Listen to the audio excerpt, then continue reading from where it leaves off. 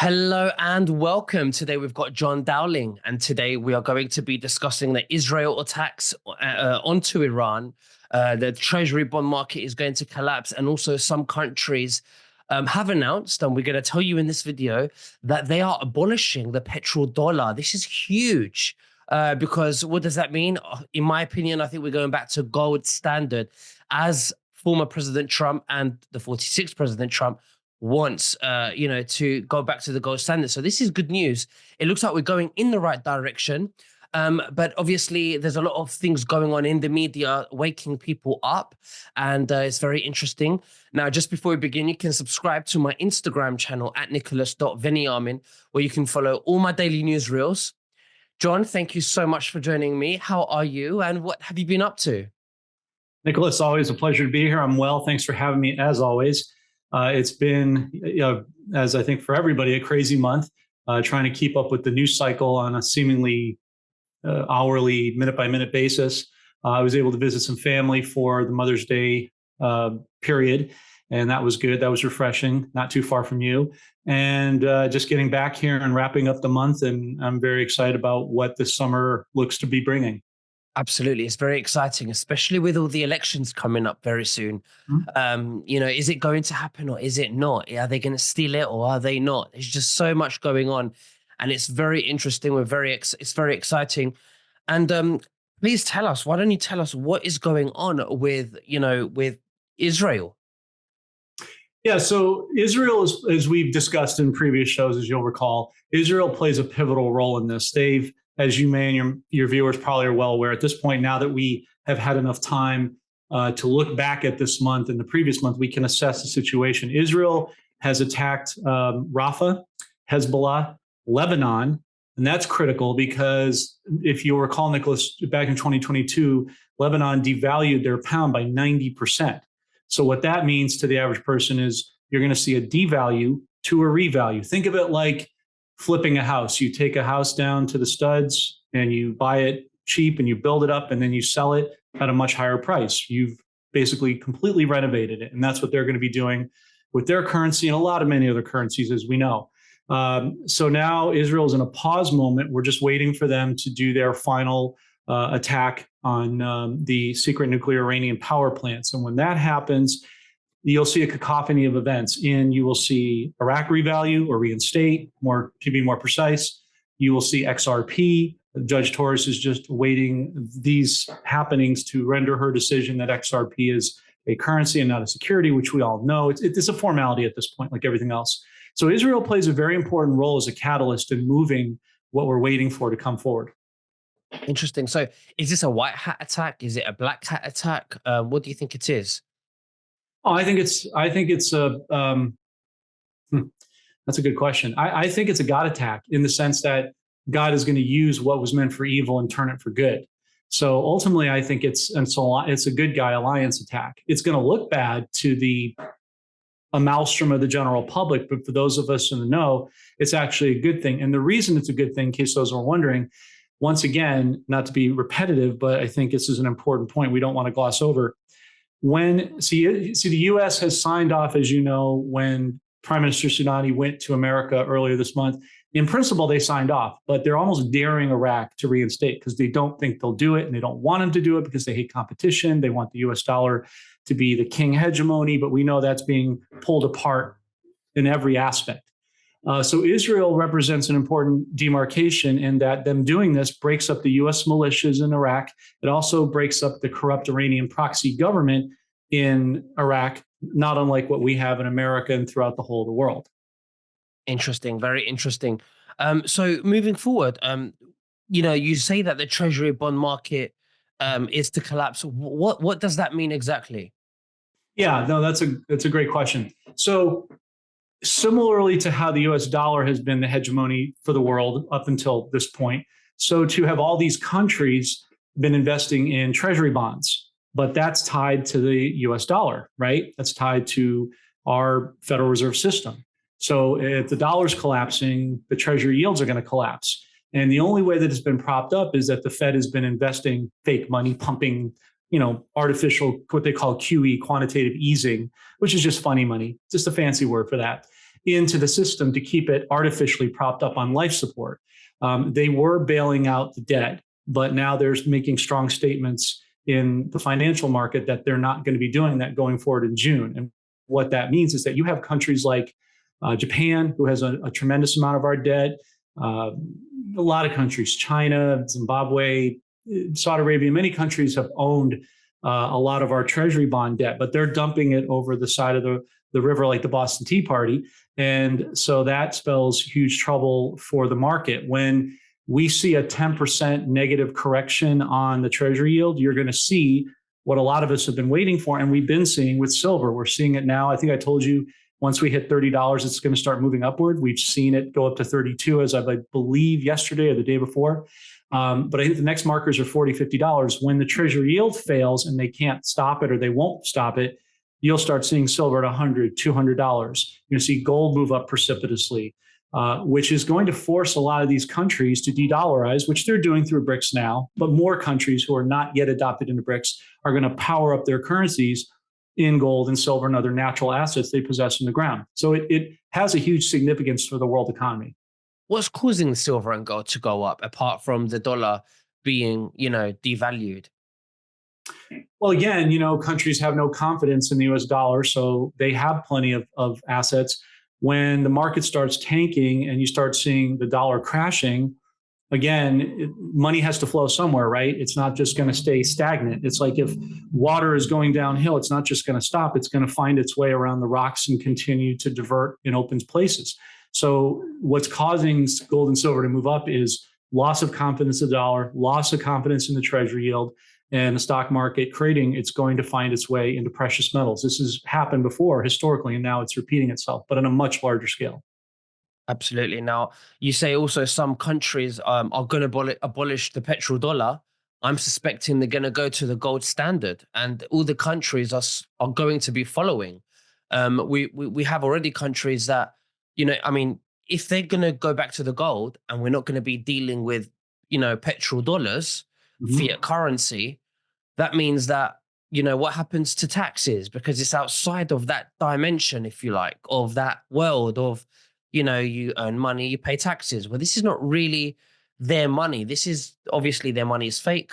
We earn fake money. We pay them fake taxes. Right. But in gold, what happens to taxes? Does that go away as well? Well, I'll answer that question in a moment, but let me back up to your previous comment, which is important.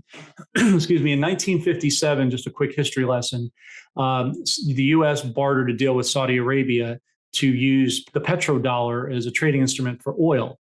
And that has been in place for 67 years. The prince now, I think if I mispronounce it, I apologize. I believe it's Tin Saudi bin Salman, has come out and said that Saudi Arabia is no longer going to be supporting the US dollar, petrodollar, for trades in oil as of June 9th, this next month. That's about 10 days away.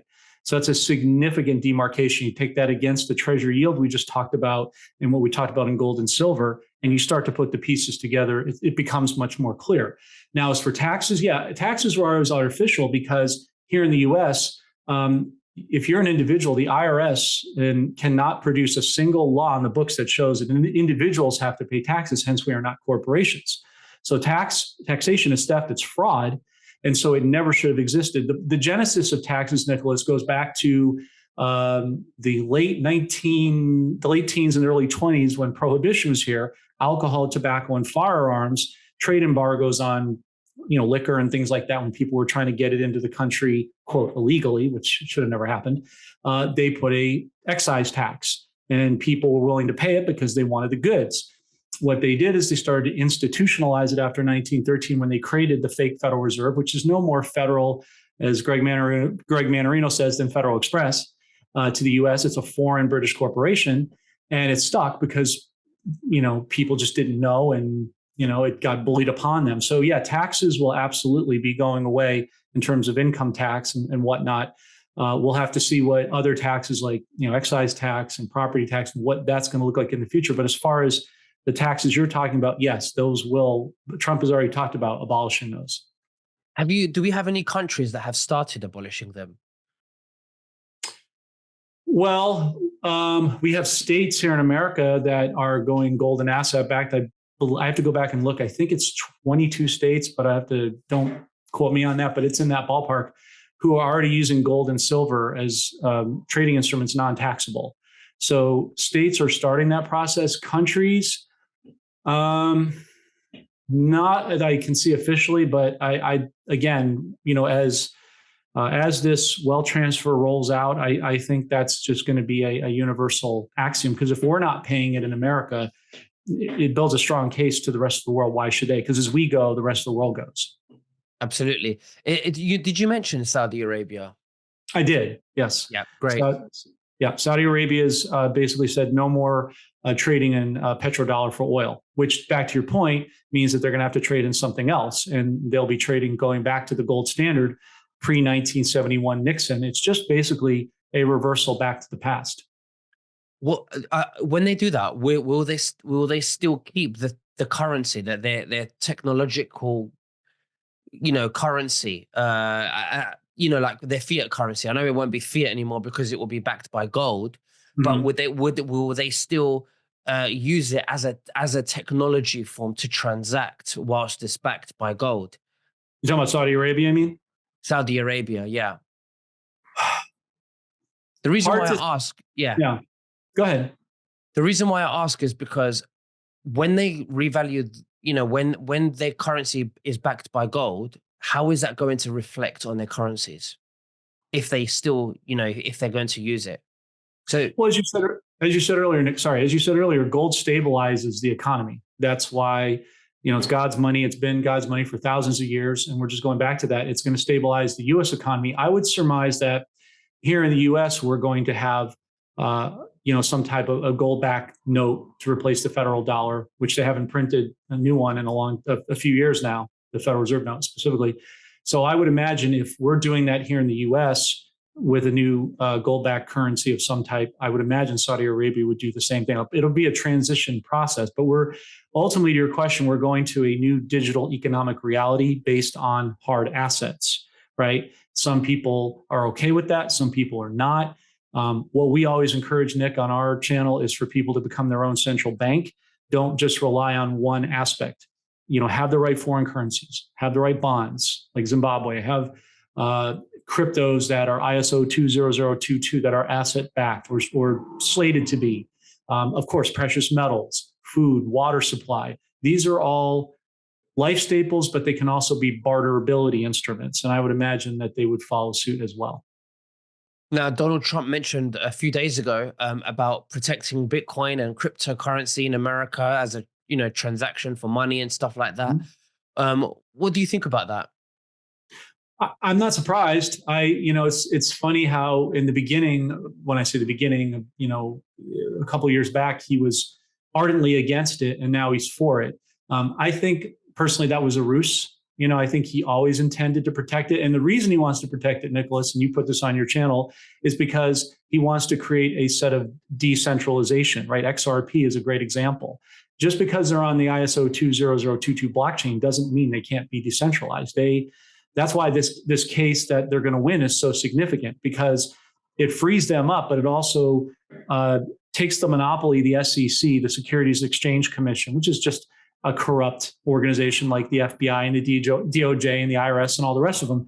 They've held this monopoly. When XRP gets broken free, they will be able to decentralize, and people will be able to own them independently, just like Bitcoin or other assets. So I think I'm not surprised, but I think it's an important thing that he said, because it's a clue to the gold standard and the decentralization. I mean, we just saw a case here, Nicholas, where today Bank of America has lost its case. I'm just reading from the article. SCOTUS decision has confirmed that the U.S. has a dual banking system with federal and state chartering. So this is the beginning of decentralizations of banks controlling the monopoly on power on the people.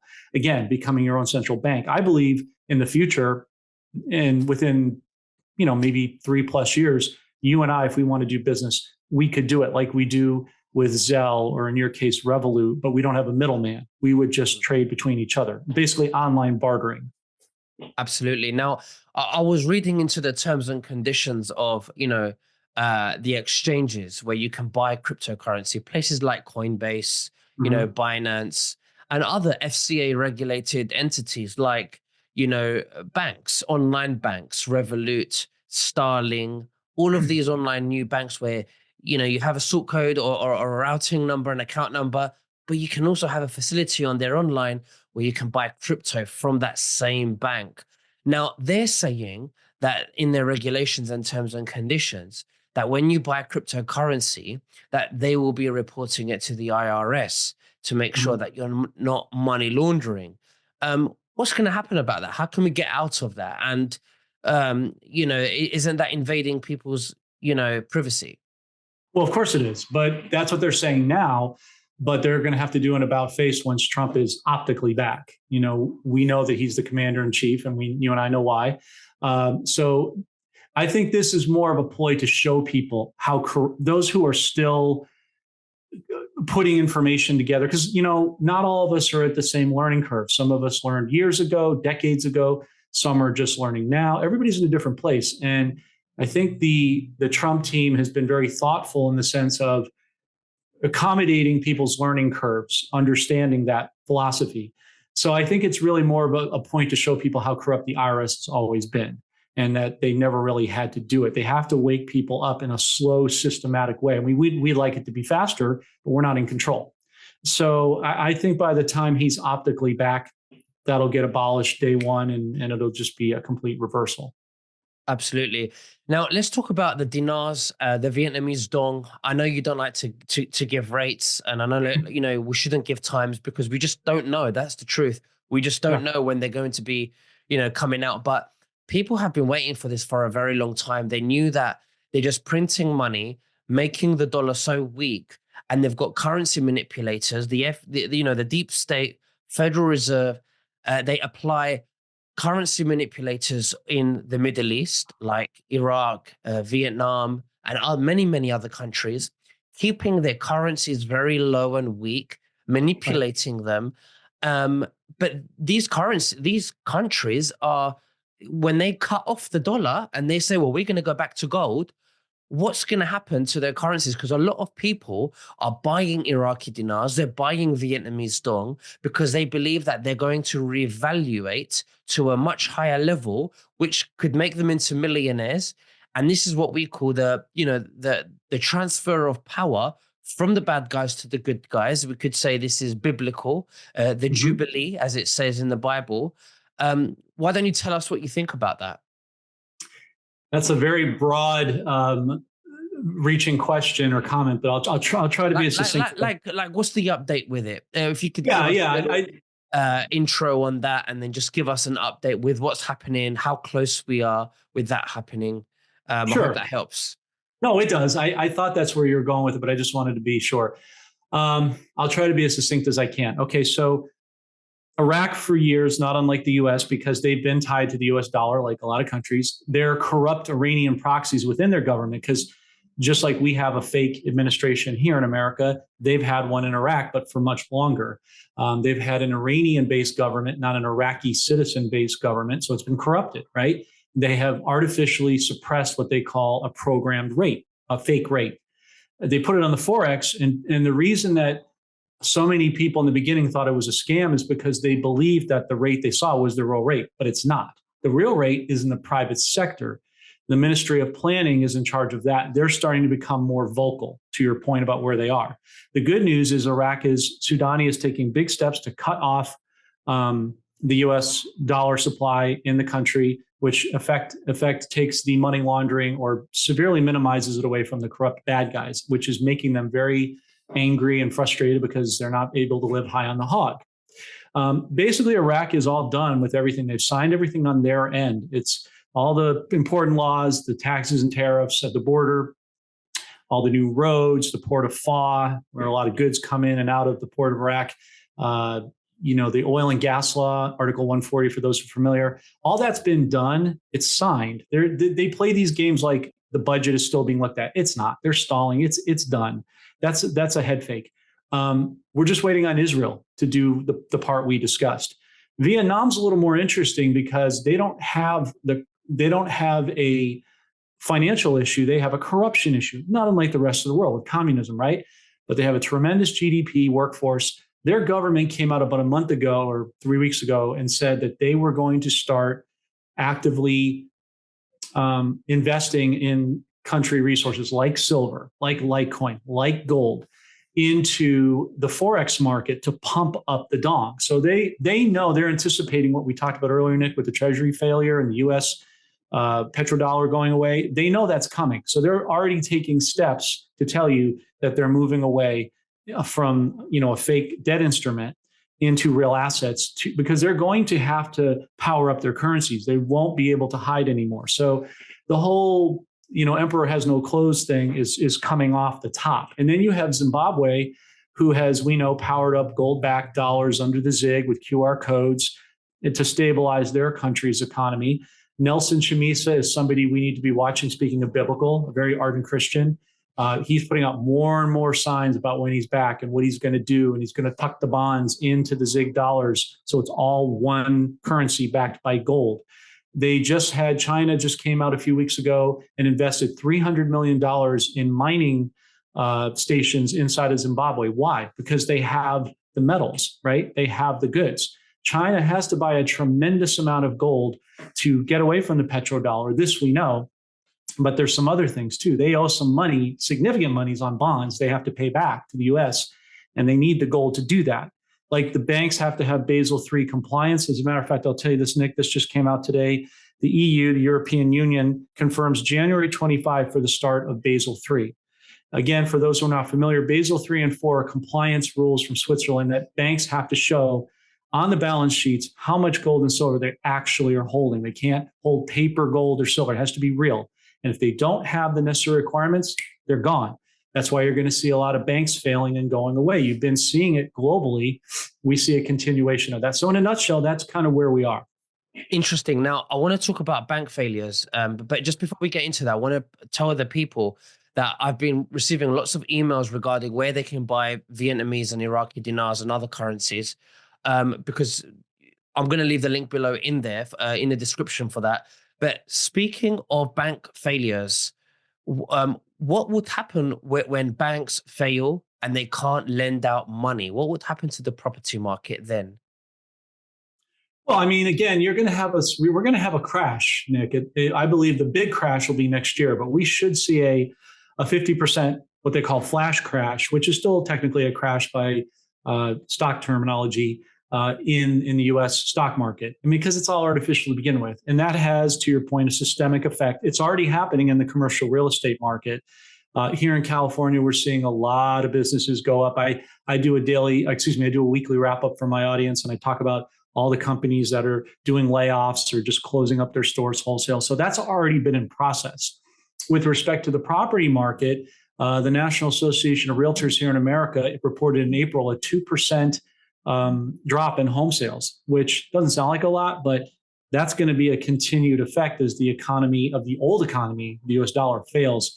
You're going to see property values drop dramatically, which sounds bad. Obviously, it's bad for homeowners right now. But when we go to a stable economy, you won't have central banks. You won't have interest rates and inflated debt and all these closing costs and all the nonsense they pile on to make money for their old boy network.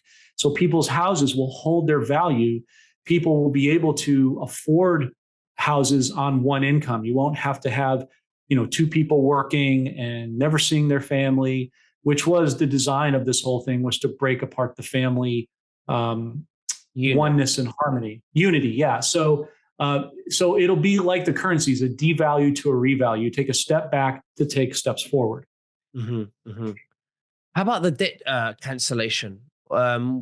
When is that really going to happen? Is that something, that's something on the horizon in the future? Does it have to happen?